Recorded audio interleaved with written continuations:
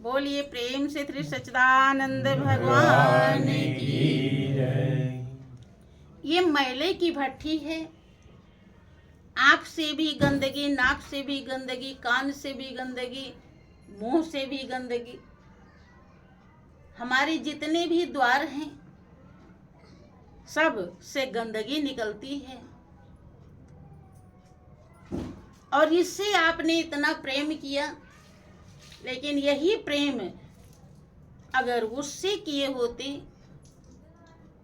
जो निर्दोष है, निर्विकार है, निर्लिप्त है, निष्पाप है, जिसमें किसी भी प्रकार की कोई कमियां नहीं, जो अजर अमर अविनाशी है, जो हमेशा साथ रहने वाला है, जो एक पल के लिए साथ नहीं छोड़ता, जिसको जानने के बाद, पाने के बाद ही आत्मा की संतुष्टि होती है, आत्मा की प्यास बुझती है। आप हमारे से कितना भी प्रेम करेंगे लेकिन प्यास नहीं बुझेगी। जब रत्नावली ने इस तरह से समझाया तो तुलसीदास जी का पावन प्रारब्ध जागृत हो गया। क्योंकि भाइयों बहनों, जब तक हमारे संस्कार सुंदर और पवित्र नहीं होते, संत महान पुरुष कितना भी अच्छे ढंग से, अच्छी शैली से जीवन की कीमत, जीवन की सच्चाई की व्याख्या करें, लेकिन हर कोई समझ नहीं पाता है। समझ वही पाता है जिसके पावन संस्कार अर्थात हृदय निर्मल होता है,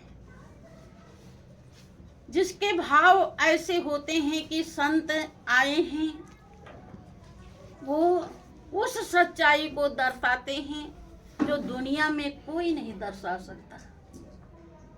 उसका हृदय खुलता है और वो उनकी वाणी को ध्यान से सुनता है और सुनने के बाद मनन करता है। मनन करने के बाद उसे जानना चाहता है और जान लेने के बाद उसे हृदय में बसा लेता है। उसका कल्याण हो जाता है। तुलसीदास जी के कोई पवित्र संस्कार थे बंधु, जो रत्नावली ने जब समझाया तो वो जग जाते हैं। और जग जाते हैं तो वो वहां आते हैं जहां से पार करके, नदी पार करके वो गए थे। देखते हैं कि जिसको वो नाव समझ रहे थे वो मुर्दा है और उन्हें बहुत ग्लानि होती है, अफसोस होता है कि हम एक क्षणिक प्रेम के लिए, क्षणिक क्या कहेंगे, दुनिया में जो रस मिलता है उस लाभ के लिए हम इतने पागल हो गए और मुर्दे पर बैठ करके उस पार हो गए। ये तो नाव भी नहीं है। किसी तरीके से उसी के द्वारा फिर इस पार आते हैं और खोज में निकल पड़ते हैं गुरु की तलाश में। बंधु, कौन ऐसा गुरु है जो गोविंद तक पहुंचा सकता है? क्योंकि बंधु, ज्ञान भी मालिक को प्राप्त करा देना ही कहलाता है। मालिक को जान लेना, पहचान लेना ही ज्ञान कहलाता है। इसके अलावा महापुरुषों की तरफ से जितना दुनिया में सब कुछ है वो अज्ञान कहलाता है। आपके शास्त्र में जिक्र है कि आत्म ज्ञान ज्ञान है और सब अज्ञान, जैसे गोला तोप का साफ करे मैदान। कि आत्मा का ज्ञान ही ज्ञान कहलाता है।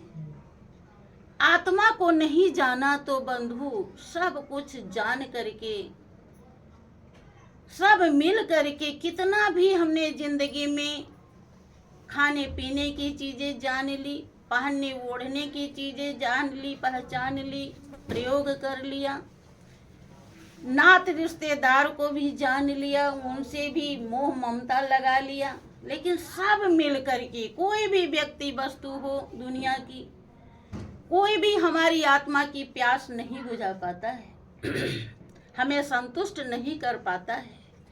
इसीलिए कह रहे हैं कि सब अज्ञान है। ज्ञान है तो आत्मा को जान लेना। तुलसीदास जी जब खोज के लिए निकलते हैं कि जिन ढूंढा तिन पाइया, गहरे पानी पेठ, मैं बावरी डूबंडरी रही किनारे बैठ।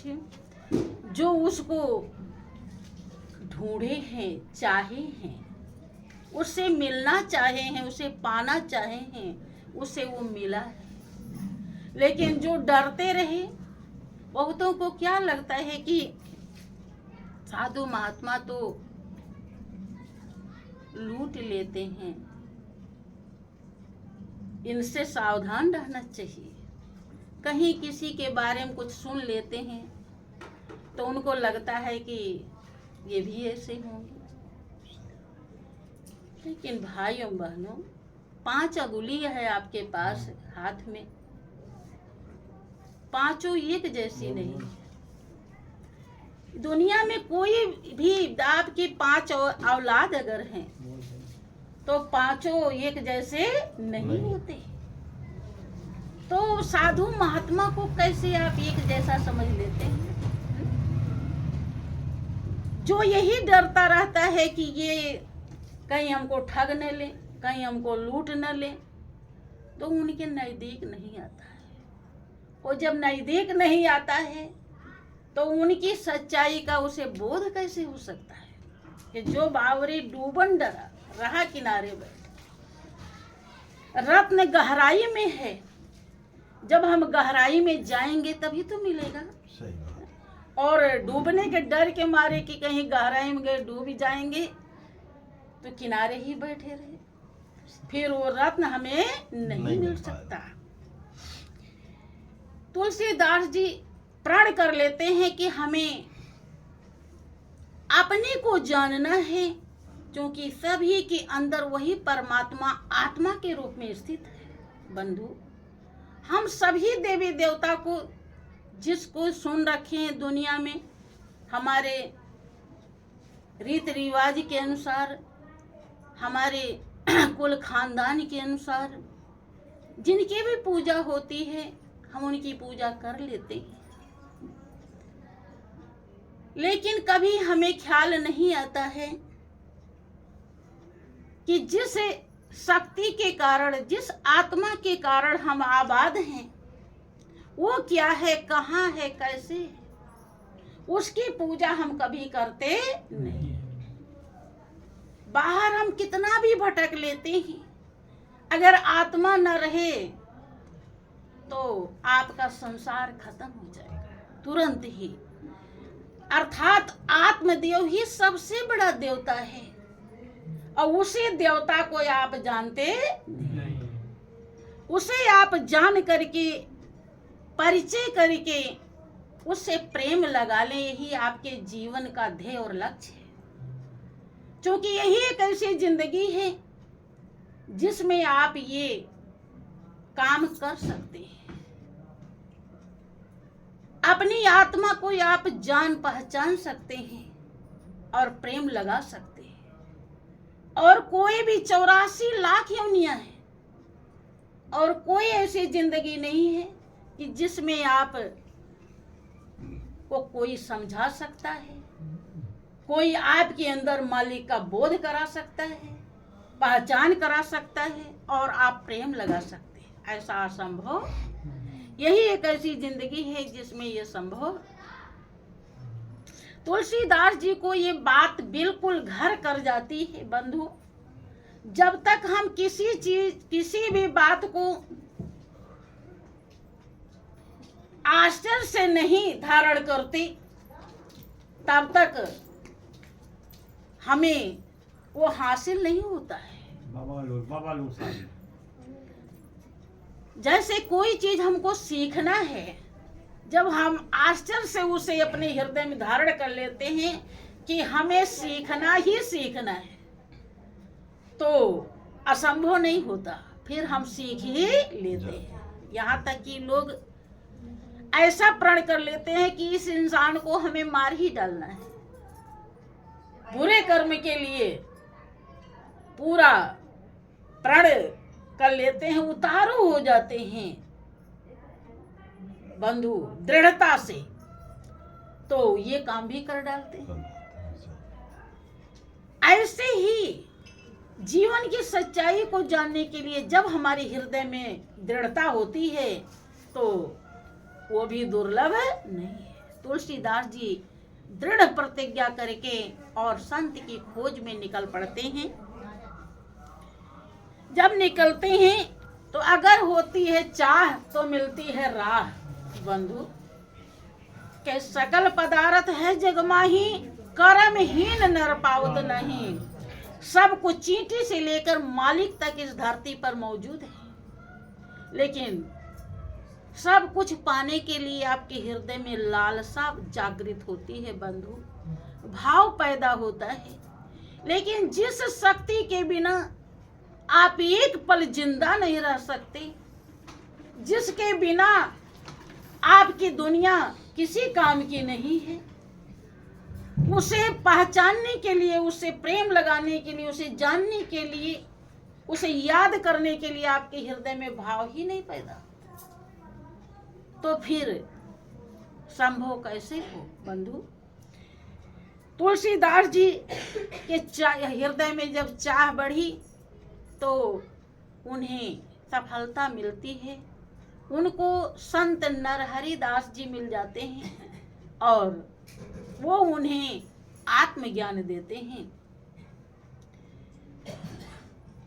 किस भाव से उन्होंने ढूंढा उन्हें मालूम है। उन्होंने माया और अभिमान हृदय से निकाल दिया। वो भूल गए कि मैं कोई चीज हूँ, कि हे प्रभु मैं या बोध हूँ या ज्ञान हूँ। तू कैसे कण कण में विराजमान है, जर्रे जर्रे में समाया है, हर जगह तू मौजूद है, मुझे इसका अनुभव नहीं है। हे गुरुदेव मुझे इसका अनुभव कराइए, पहचान कराइए, कैसे वो शक्ति है कि जिससे कोई कण खाली नहीं, जिसे आज तक मैंने जान नहीं पाया। बंधु जब इस भाव से प्रार्थना करते हैं तो उनके हृदय में ही नरहरिदास जी ने उस व्यापक शक्ति का बोध करा दिया, और जिसे जान करके तुलसीदास जी अपने अनुभव को लिखते हैं कि सुत दारायो लक्ष्मी पापियु घर भी होए, और संत समागम हरि कथा तुलसी दुर्लभ। क्योंकि अब उन्हें पता चल गया, अनुभव हो गया कि उस परमात्मा के सिवा दुनिया में कोई भी चीजें, कोई भी रिश्ते नाते, कोई भी व्यक्ति वस्तु हमको संतुष्ट नहीं कर सकता। हमारी प्यास बुझी तो मालिक से बुझी, और वो संत के द्वारा ही मिलता है। इसलिए संत समागम दुर्लभ है बंधु, और ये तभी मिलता है। भगवान राम प्रजावासियों को समझाते हुए स्पष्ट करते हैं कि पुण्य पुंज बिन मिलहि न संता, और सत्संगत संतृत करे अंता। के प्रजावासी जब तक पुण्य का ढेर, बहुत ज्यादा पुण्य इकट्ठा नहीं हो जाता, जन्म जन्म से हम उस मालिक को पाने के लिए अपने हृदय में भाव नहीं बना लेते, प्यास नहीं बना लेते बंधु, हमारे हृदय में उसके लिए जगह नहीं बन जाता। हम सत्कर्म करते रहते हैं जब उसके लिए, और बहुत जन्मों से पुण्य इकट्ठा हो जाता है, तब हमें संत अच्छे लगते हैं। संत का नाम सुन करके हमारा रोम रोम खिल जाता है कि अब हमारे जीवन के भाग्य उदय हो जाएंगे। बंधु, संत से हमारा भाग्य उदय हो जाता है, क्योंकि जिसको हम दुनिया में भाग्य कहते हैं वास्तव में वो भाग्य नहीं है। संत मत में भाग्य उसे कहा जाता है जो कभी भी आपका साथ ना छोड़े, जिसमें किसी भी प्रकार का विकार ना हो। देखो, भाग्य से बेटा बेटी परिवार भी मिलते हैं, लेकिन ये कभी कभी दुर्भाग्य में बदल जाता है। इनके रहते ही इनको हम खूब अच्छी तरह से पालते पोसते हैं, लालन पालन करते हैं, खून पसीना बहाते हैं, लेकिन ये आपने देखा होगा कि कभी कभी कि ये हम किसी की बात नहीं मानते, माता पिता की आज्ञा का पालन नहीं करते। कोई जुआ खेलने लगता है, कोई शराब पीने लगता है, कोई और उल्टे काम करने लगता है। माता पिता परेशान हो जाते हैं। जिंदगी जहाँ स्वर्ग बननी चाहिए थी वह नरक बन जाती है। और जिंदे हैं तो इस तरह परेशान करते हैं, और साथ छोड़ने में भी पल भर की देरी लगती है, अलग भी तनिक देर में हो जाते हैं। अर्थात जिसको हम भाग्य कह रहे थे, जिसको पाने के बाद अपने को सौभाग्यशाली समझ रहे थे, वो तो दुर्भाग्य में बदल गया। और जो दुर्भाग्य में बदल जाए बंधु, महापुरुषों से भाग्य नहीं कहते। अर्थात मनुष्य की जिंदगी भी बड़े भाग्य से मिली है, क्योंकि हम इसी में उस परम सत्ता को, परम हितैषी को, उस अपने मालिक को, यार को जान करके, पहचान करके उससे दिल लगा सकते हैं। जो कोई नहीं मिला था तो भी था, और जब कोई नहीं रहेगा तो भी रहेगा, और अब हैं भी लोग तो भी वही है। वही आपको सुकून से रखा है बंधु, तो वह आप यहाँ आराम से बैठे हैं। अभी वही हृदय में किसी प्रकार की खलबली मचा दे तो यहाँ जितने भी संगी साथी हैं, कोई भी उस खलबली को दूर नहीं कर सकते। वही कर सकता है, वही सब करता धरता है, और वही सब कुछ है बंधु। उसे हमें जानने के लिए हृदय में भाव अवश्य बनाना चाहिए। अगर इस जीवन में नहीं बना पाए तो पश्चाताप के सिवा कुछ भी हाथ नहीं लगेगा। सिखों के पहले गुरु नानक हुए, उन्होंने अपने अनुभव को व्यक्त किया कि 184 भ्रम दिया पोपे अटकाया है, और आपकी पासा ना पड़ा तो फिर 84 कहते हैं। आए मानो, अगर आपके अंदर मानवता नहीं आया, इंसानियत नहीं आई, मनुष्य की जिंदगी पा करके आदमी नहीं बने, तो फिर ये मौका मिलने वाला नहीं है।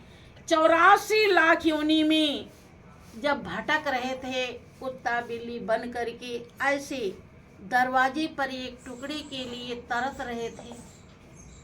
कभी आप घर के मालिक होते हैं, और वही आपको जब कुत्ता बना देता है,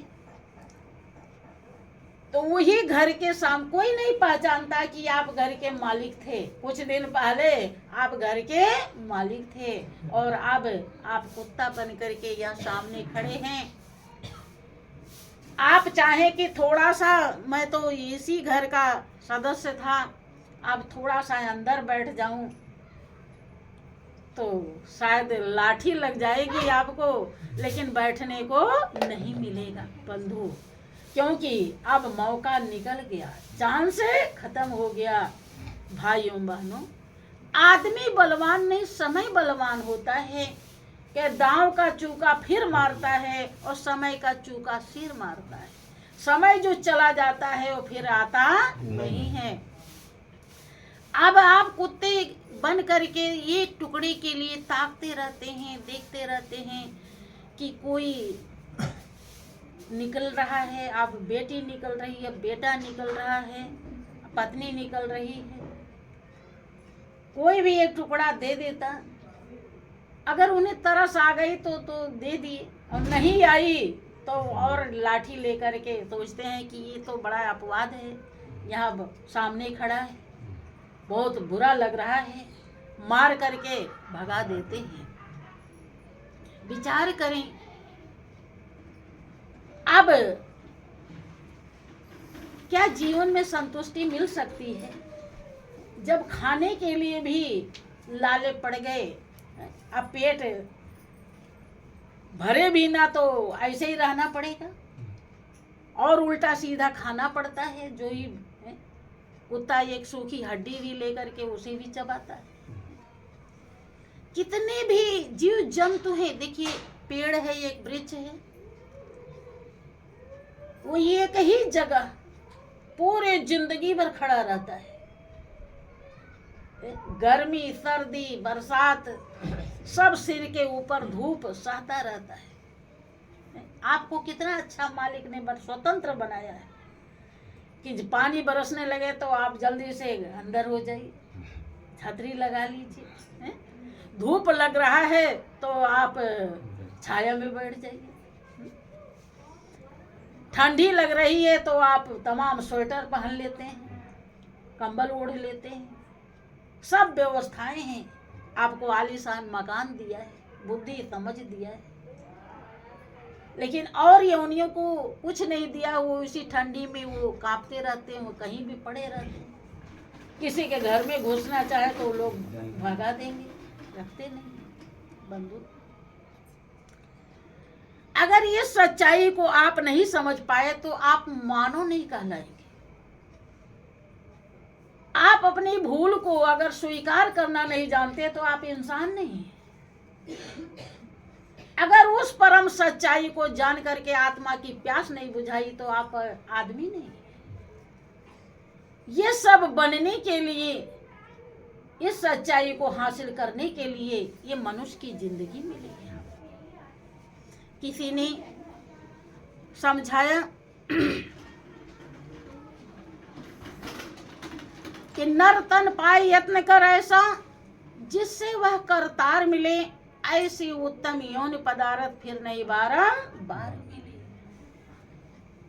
के मनुष्य प्राणी ऐसा कुछ उपाय कीजिए कि वो करतार, वो मालिक मिल जाए। देखो लोगों को लगता है कि अब देवी का व्रत चल रहा है, बहुत लोग कोई झांकी लगाता है, हाँ कोई ऐसे ही पूजा करता है, कोई पाठ करवाता है अपने घर में, चंडी पाठ, दुर्गा चालीसा सब पढ़ते हैं। पंडित को भी बुला लेते हैं, पंडित भी उपाय बता देते हैं कि ये काम करना पड़ेगा, धूप दीप आरती ये लाइए, ये सामान लगेगा, चोला लगेगा, ये चढ़ाइए, ये बजाइए तो बम। लेकिन वास्तव में देवी क्या है और भगवान क्या है, कोई पंडित पुरोहित दर्शाता नहीं। जैसे आप पूजा करना चाहते हैं वैसे वो पूजा भी बता देते, क्योंकि महापुरुषों ने कहा कि इधर से अंधा आवता, उधर से अंधा जाए, और अंधे को अंधा मिला, रास्ता कौन बताए। जजमान भी वैसे और पुरोहित भी वैसे। संत समागम इसीलिए दुर्लभ है बंधु, क्योंकि जब संत दरवाजे पर पधारते हैं तो 68 तीर्थ का फल मिलता है। वो जगह भाई भगवान राम खुद कहते हैं कि प्रभुता तज प्रभु कीन स्नेहु और भयो पुनीत आज यह गेहूं। जब भगवान राम के यहाँ वशिष्ठ जी पधारते हैं तो भगवान राम कहते हैं, प्रभु कह करके पुकारते हैं अपने गुरुदेव को, ये प्रभु आपने अपनी महानता प्रभुता को त्याग करके आप इतने महान हैं और उसकी परवाह आपने नहीं करी। आप मेरे घर, मेरे शिष्य के घर आ गए, मैं आपका शिष्य हूं, आप छोटा बन गए, अब मेरे घर आ गए, मुझसे प्रेम किया, स्नेह किया, इसलिए मेरे घर आ गए और जब आए तो ये घर पवित्र है। जबकि देखिए, विचार कीजिए, भगवान राम संत की इतनी बड़ी महिमा क्यों गा रहे हैं जबकि वो भगवान कहलाते हैं। और जहां भगवान हो, क्या वो जगह अपवित्र होगी? क्या होगी? पवित्र होगी कि अपवित्र? पवित्र होगी। फिर भी वो अपने लिए नहीं कह रहे हैं कि मैं तो यहाँ मौजूद हूँ और ये जगह पहले से ही पवित्र है। वही कह रहे हैं कि आप आए हैं तब ये मेरा घर पवित्र हो गया। आपने बहुत मेरे ऊपर एहसान किया, अपनी प्रभुता, अपनी बड़प्पन, अपनी महानता को त्याग करके मुझसे प्रेम किया और मेरे घर आए।